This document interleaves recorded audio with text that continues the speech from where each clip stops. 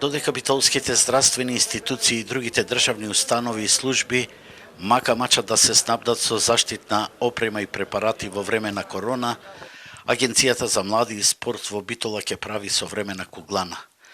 Адаптацијата на кугланата ќе чини 14 милиони и 560 илјади денари, а на електронската аукција изведбените работи ги доби градежната фирма од Битола Бава Инженеринг.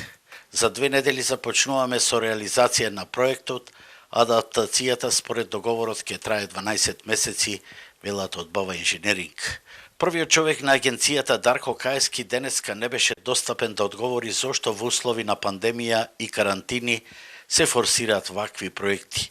Меѓутоа одговорот лежи во нешто сосема друго.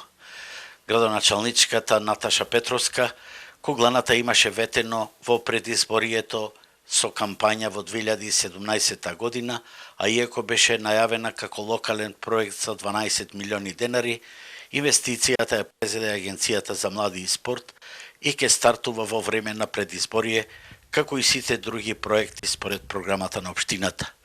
Во услови на корона и предизборие, политичката логика вели да се продолжи со предизборните проекти, вклучително и со адаптацијата на кугланата.